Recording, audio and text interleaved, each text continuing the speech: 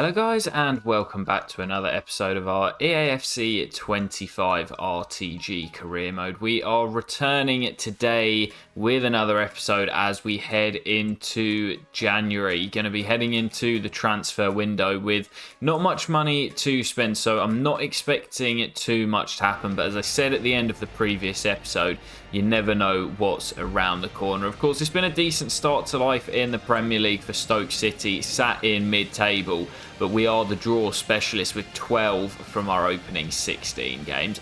I'd take a point in our next game though, hosting Manchester City at the Britannia. They are the chasers at the moment, 13 points behind Liverpool, and they need to get a move on if they are to catch Arne Slot's side. Loads to crack on with today. Let's dive into our first game, Man City at home. Come on the Potters. Yeah, you may have seen from my lineup today, it is very heavily rotated, and this sort of reminds me of, I think it was the 9-10 or maybe 10-11 season when Mick McCarthy, who was in charge of Wolves at the time, made, I think, 10 changes for a game at Old Trafford, which effectively they were waving the white flag, and it kind of feels like a similar story here today. My objective is just to keep City out for as long as we can, and I'm hoping we can maybe grind out a draw. But Foden finds Marmoush, and that hasn't taken long. City take the lead inside the opening 10. We're going all Mick McCarthy style. Savinho down the left, skips away from Clark. Way too easily. Still Savinho, it's 2. Beats Bilal at the near post. And City looks set for 3 points on the road. But we've just got to make sure here that it doesn't get ugly. Man City looking for a third with Savinho. Pegged back, and this time Bilal makes the save, but it doesn't matter. And it is turning a bit ugly. Man City 3 up inside half an hour. And Stoke look as if they're on the end of a beating here. Well, it's all over here at the Britannia, and we managed to stem the flow in the second half, but Man City just way too good for us. And of course we had a backup rotated side, but with that game against Fulham just a few days ago and another fixture in a few days time, I'm happy to let Man City have the win here, and we'll move on to fixtures that we feel are more winnable. Yeah, Mick McCarthy was heavily criticised for it all those years ago, but I see method behind it. We've got a much more winnable fixture here. Mid-table clash against AFC Bournemouth away on the south coast. And I'm hoping that my rotation will pay off and we can pick up another 3 points here. Only 2 wins so far this season. Looking to make our 3rd victory here away on the south coast. Come on the Potters. Well, we've just passed the hour mark here at the Britannia. Not been a particularly enthralling game. Neither side's really got started so far. And I think both, it's sort of one of those, nobody wants to lose it now. We've got so far into the game still deadlocked. Nobody wants to commit bodies forward in case they lose it, as Million finds Oskarsson. Oh, what a goal! And Stoke City might have won it. It's taken us 67 minutes to break the deadlock, but it's the Iceman who grabs the goal, and what a goal it was as well. Well, that might just liven the game up. What a hit from Oskarsson. And he's been a little bit streaky for us, but he's shown the quality that he does have on numerous occasions. As McGregor lines one up, and it has sprung the game into action. McGregor wearing the armband for Bournemouth. And what a strike to get the Cherries back on level terms. Well, I said it might spring the game into life. And that's exactly what it has done. What a goal by McGregor. And now Shaqiri off the bench. Shaqiri couldn't quite get away, but in what was quite a dull contest, all of a sudden, we've got some action as Danjuma, the former Cherry. What a game this has turned into. Had a brief spell at Bournemouth, I believe. And now on his return to the Premier League and his return to the vitality, he's given Stoke the lead. 3 goals in the space of 10 minutes, and this has turned into an absolute cracker. Well, I mean, what a game here at the Vitality, but we are very vulnerable. And we've seen it so many times this season when we've gone up in games. We've been unable to hold on and see them out. Not long to go here. And I think we are set for our 3rd win of the season as Awoniyi gets there. Taiwo! game. Stoke City are heading towards their third league win of the campaign. It's a late show from the Potters, and Taiwo Awoniyi gets his first goal for the club after he made the loan switch in the summer. A big win for Stoke, and my rotation against City has paid off. What a victory. Well, Premier League wins have been hard to come by for Stoke City. Just our third of the campaign as we approach the halfway stage of the campaign. Our next fixture will take us to the official halfway stage as we take on Newcastle United at home at the Britannia. Tough game against Eddie Howe's high-flying Magpies, who have done really well in this save and have been a consistent Champions League performer. I'm expecting this to be a really tough game, but I'd love to build on our victory on the South Coast and make it back-to-back victories in the Premier League for the first time this season. Come on, the Potters. Now has it on its way out to Murphy, looking for Alexander Isak. It's off the woodwork, and Bilal will gather the loose ball. Yeah, big let off that. Alexander Isak normally gobbles up those chances, and Bassi sends a lovely ball to Boz here. Boz finds Galbraith, and Oskarsson down the other end. The Iceman does it again. Back-to-back games in the Premier League in which he scored. And a big let-off down one end with Isak hitting the post. And what a brilliant counter by Stoke. Oh, Linton pinches it. Oskarsson, tight angle, drills it in for Galbraith. It's 2 from out of nowhere. And Newcastle give the ball away in a poor position. And the Northern Irishman has his first Premier League goal of his career. Oskarsson this time turns provider, and it's a crisp finish into the top corner. It was a huge mistake by Lloyd Kelly for the second goal. Down in the corner, just gave the ball away in a really poor position. But this game is by no means done. We've conceded a fair few in the Premier League this season, and Newcastle with one of the best attacks in the league. We'll be looking for a route back into this. Bilal doesn't get that convincingly. Isak, it's a big scramble. And I think the referee's given a free kick our way. Bit of a let-off, half an hour to see this out. And see it out we shall. There is the final whistle. What a result for Stoke. And what a way to end the calendar year as well. Back-to-back victories for the first time in the Premier League. And a big scalp against Newcastle United. That win will help move us away from that bottom 3, and we're no longer looking over our shoulders as we head into the new calendar year. What a victory to close out December. Well, guys, here is a full look at the Premier League table at the halfway stage. Liverpool 5 points clear of Manchester City in second. Spurs in third, and Fulham having a great season in fourth. As for Stoke City, we are currently in 11th place and only a few points off those European spots. But that's not what I'm thinking about at the moment. Currently 7 points clear of the bottom 3, which is all I am really concerned about. And those 2 back-to-back victories have really pulled us away from the relegation zone. We've also had the draw for the FA Cup third round, where we have been gifted a home tie against League 2 Shrewsbury Town. And also, as we head into January, a couple of contracts handed out as well. We've got 4 players with their deals up at the end of the season. Those being Xherdan Shaqiri, who we know is going to leave on a free, having handed in a transfer request. Also Lyndon Gooch, who potentially is playing his last season for the club. But also Lewis Baker and Martin Adam, who are both going to be given new 1-year contracts, which you'll be seeing on screen now. Both decent enough squad players, and yes, into their early 30s, but I'm not quite ready to part with them just yet.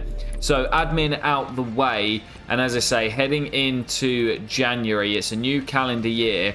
And what a tough way to start it off as well. Manchester United away from home at Old Trafford. Of course, we beat them at the Britannia in what was our first Premier League win of the season, thanks to a hat-trick from the Iceman. And I'm hoping he can repeat that feat today and we can pick up another huge 3 points.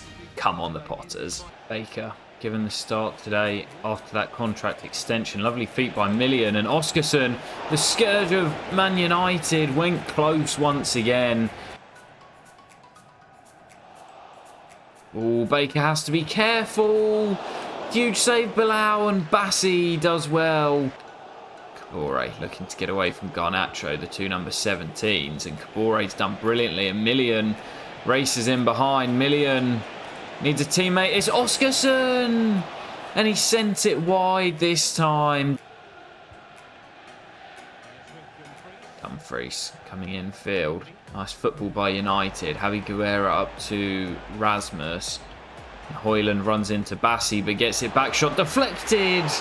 Could have gone anywhere off Harry Darling as Garnacho's effort loops over the top. Ahmad will swing the corner in. Darling gets there first. And Moran clears up to Bay, who brings it down. And Bay spins. Bay spins. And Pedri struggling. And Bay, oh, what a block by DeMarco as Bay tried to go all the way. And that will do it for the first half as well. Crazy little flourish at the end of the 45. Oskarsson went close. Garnacho's shot looped over the top. And then Bay had a chance down the other end as well. I'm sure there is goals to come today. Only a few to play here. Can we hold on? United have been the better side in this second period. And Dembele denied by Bilal. Big stop as I think it was Matthews come on at left back. Just left Dembele there. But that should just about do it, as Stoke will claim a point at Old Trafford. I would have taken the point beforehand, and I will take it on the basis of that second half as well. United, the better side, and forced Bilal into a few comfortable saves without ever really threatening. But another decent point on the road for the draw specialists. Well, guys, as we get back to the menus, one thing you didn't see in that game was that Harry Darling went down with a knock, and it's going to keep him out for the next month. So after handing in that transfer request, that injury means that he will be staying, as he wouldn't pass a medical anywhere. So he will stay until the summer. We also see Mohamed Diamande coming back from injury. And also, rather annoyingly, Taiwo Awoniyi has been recalled by Nottingham Forest. Granted, we haven't played him a huge amount, but still frustrating for him to be recalled from his loan. We've also had a bid for Issa Kabore, which I'm going to turn down as it's coming from FSV Mainz, which would be a bit of a strange transfer. If it was one of the top clubs in England, then of course I would consider it. But yeah, for Kabore, he's going to be staying here, as I say, unless it is one of those top teams. But before we dive into anything further, we've got our next batch of scouting updates from England, Ecuador and Tonga. Well, from England, we'll keep the scouting on these two lads here. But for David Sanderson, looked like he was going to be a gem, but that potential dropping rapidly. And he looks as if he's not quite going to have the potential we were hoping for. Well, from Ecuador, we've got some really good-looking players. Manuel Barrios and Roberto Pineda look fantastic, but we'll keep the scouting for one more month along with the rest of their colleagues. And again, from Tonga, got some good-looking players here, especially this lad, Isaac, but we can afford to be quite picky, so we'll keep the scouting on these four for now. And as for the academy, the two Bosnian goalkeepers have now turned 16, and we've got some really good young defenders in here as well. So academy looking pretty stacked. But for the time being, we will jump into our next game, taking on Shrewsbury Town in the third round of the FA Cup, back at home at the Britannia in what should be an easy progression to the next round. Come on, the Potters. Yeah, I'm expecting us to pick up a pretty comfortable win here, and after a good run in the EFL Cup last year, I'd love to go on another cup run, this time in the FA Cup, as Galbraith gets his second goal of the episode, scored in the Premier League against Newcastle earlier on in the episode, and opens the scoring here in the Cup. Oh no, what a ball. Oh my goodness. What a strike. Shrewsbury Town back on level terms. Where has that come from? Well, it's been a terrible game, but I was not expecting that Shrewsbury equaliser, and we've had to call on a late winner from Millian Manhoff off the bench terrible game and a really poor performance from Stoke, and we've clinched it right at the end. But honestly, what a poor game that was. Into the 4th round, but not convincingly. Well, guys, as we get back to the menus, a little bit of housekeeping as we see Lyndon Gooch has been approached by Bristol City. I said earlier on in the episode it will likely be his final year at the club, and I do like him. He's produced some great moments over the first couple of years of the save, but yeah, not too fussed to see him head back down to the Championship. I'm also going to look at bringing Taiwo Awoniyi back in on a short-term loan, as I do think we need that little bit more quality off the bench if we are chasing goals late on in games. So with all that sorted, let's find out who our opponents will be in the next round of the FA Cup. In the 4th round, we'll be taking on, it's Millwall at home at the Britannia once again. Another home tie and against a side in a lower division, so can't really complain. Well, before jumping into our next game, we do see confirmation that Lyndon Gooch will be departing come the end of the season, joining Bristol City on a free. And also Taiwo Awoniyi does return to the club. Like we did with Phillips last year, we're just going to say that that recall never happened and he's just going to continue at the club. So, yeah, we're just going to jump into our next game. Aston Villa at home at the Britannia. Looking to continue our little unbeaten streak here. 3 wins in our last 4 games in all competitions, and taking on a Villa side currently sat in the relegation zone. If we can win here, it will move us further clear of the bottom 3 in what is turning out to be a fantastic first season in the top flight for Stoke. Come on, the Potters. Well, I tell you what, it is some team that Aston Villa have got here. There is no way this side is going down. They might be on a poor run, but he's way too good to be down at the bottom of the Premier League. They've still got Morgan Rogers, Matthias de Ligt, Pau Torres at the back, Amin Adli up top, Onana and Reinders in the middle. It's an incredible team, and there is just absolutely no way that they're going to be relegated with this side. If they were, it would be one of the best sides in Premier League history to ever be relegated. And they're looking to make sure that doesn't happen here with Rodgers, and Bilal got a touch on it, but couldn't keep it out. And on an ice-cold night in Stoke, it is the ice-cold Morgan Rogers who fires Villa into the lead. Haven't been able to find a way through this Stoke defence, but here's the Iceman, Oskarsson, who blazes it over the top. And really should have equalised, our top scorer this year, but he couldn't find the top corner. Well, it's all over here at the Britannia, and unfortunately that Oskarsson chance was as good as it gets for Stoke City. I could not find a way through that back 4 today. Pau Torres and Matthias de Ligt at centre-back, were absolutely fantastic for the visitors. And that win for Aston Villa ends our unbeaten streak and also has us looking over our shoulders as the gap to the bottom 3 significantly decreases. That's a big win for Emery's side. Well, with very little money to spend in the transfer window, I think that a 1-year loan signing will be our only bit of business in January. No plans to let anybody leave and not enough money to bring anybody in. So we're just going to dive into our next game, the reverse fixture against Bournemouth, after we played them earlier on in the episode away on the south coast in what turned out to be an absolute cracker in the final half an hour. So looking for another victory. We've still only had 4 wins in the Premier League this season in our 21 games, with 13 draws on the board. Now just 5 points clear of the bottom 3. We're starting to look over our shoulder and need to get back to winning ways here. Come on, the Potters. Well, 15 on the clock here at the Britannia. It's been a really slow burner, as it was in the reverse game at the Vitality earlier on in the episode. Oh, that's a nice ball. Danjuma finds Bay. Bay lets fly, shot blocked. Diamonde will pick up the loose ball. There's Danjuma again looking to bend one and fires it over the top. 10 to play. I think we might be destined for a bore draw here at the Britannia. This has been a terrible game.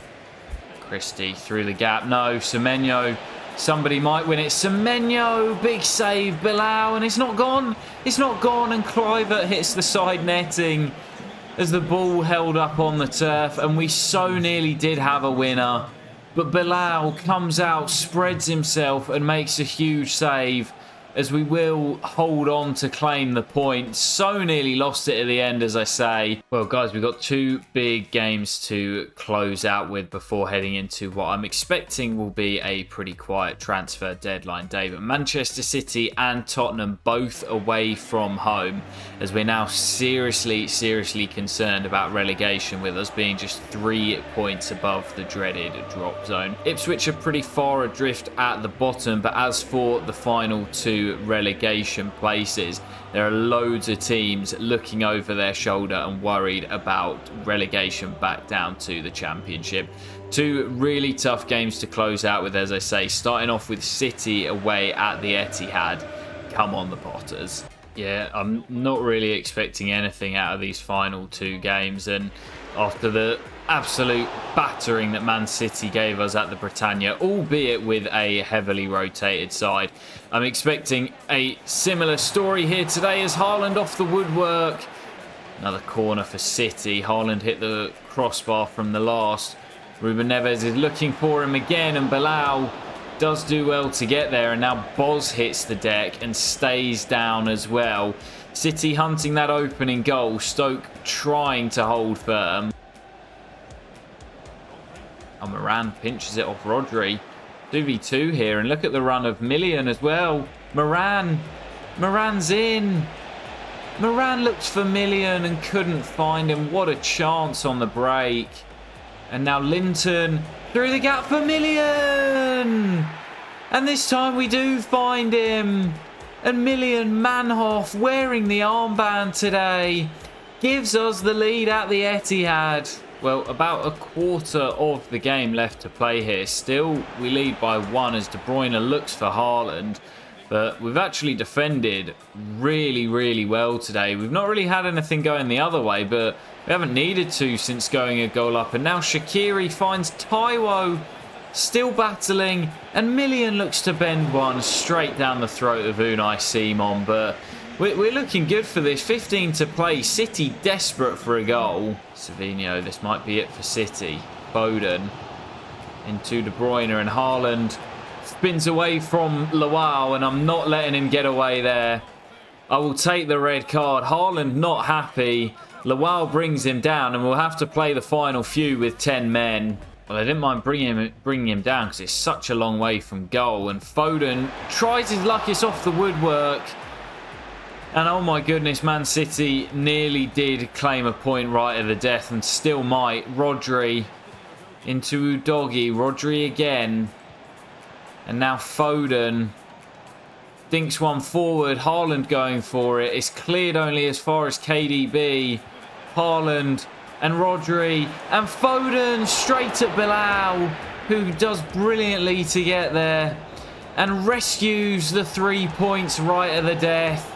Man City pushing for that goal, and if they'd had an extra 10 minutes, they probably would have found it. But we hold on for a narrow 1-0 victory, and what a scalp as well. We've beaten both Manchester clubs this season, United at home and now City away. And this is probably our best win of the campaign. What a result on the road. Well, I am absolutely buzzing with that win. It moves us 6 clear of the relegation zone, and we've got a much superior goal difference as well. With 15 games to go, I'm feeling confident about our chances of survival. And I think 3, potentially 4 more wins will be enough to secure our safety. I'd love for one of those to come here away against Tottenham, and I'm hoping we can repeat that amazing victory at the Etihad. Come on, the Potters. Yeah, hoping we can maybe repeat our feat of the Etihad here in London. Oh, what a ball. Million! Oh my God, we nearly did repeat it. Million going so close to the opening goal, and what a week it's been for him. As Bay swings that cross in, looking for Oskarsson. Corner for Spurs. Kulusevski to swing that in. It will drop kindly for Rafinha, and that's a brilliant reaction save from Bilal. Kimmich through the gap to Kulusevski. Son ahead of him. Oh, what a strike by Son, who scored against me in the reverse fixture and scores against me in North London as well. Still at Tottenham and still wearing the armband and still scoring goals in the Premier League. Well, 5 on the clock.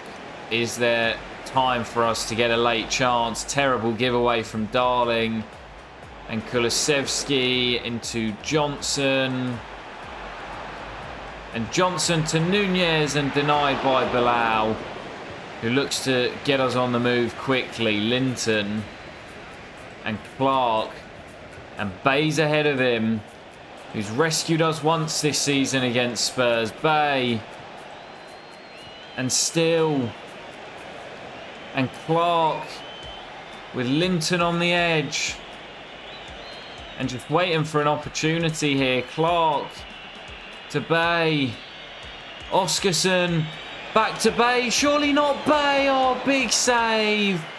And he so almost did it again.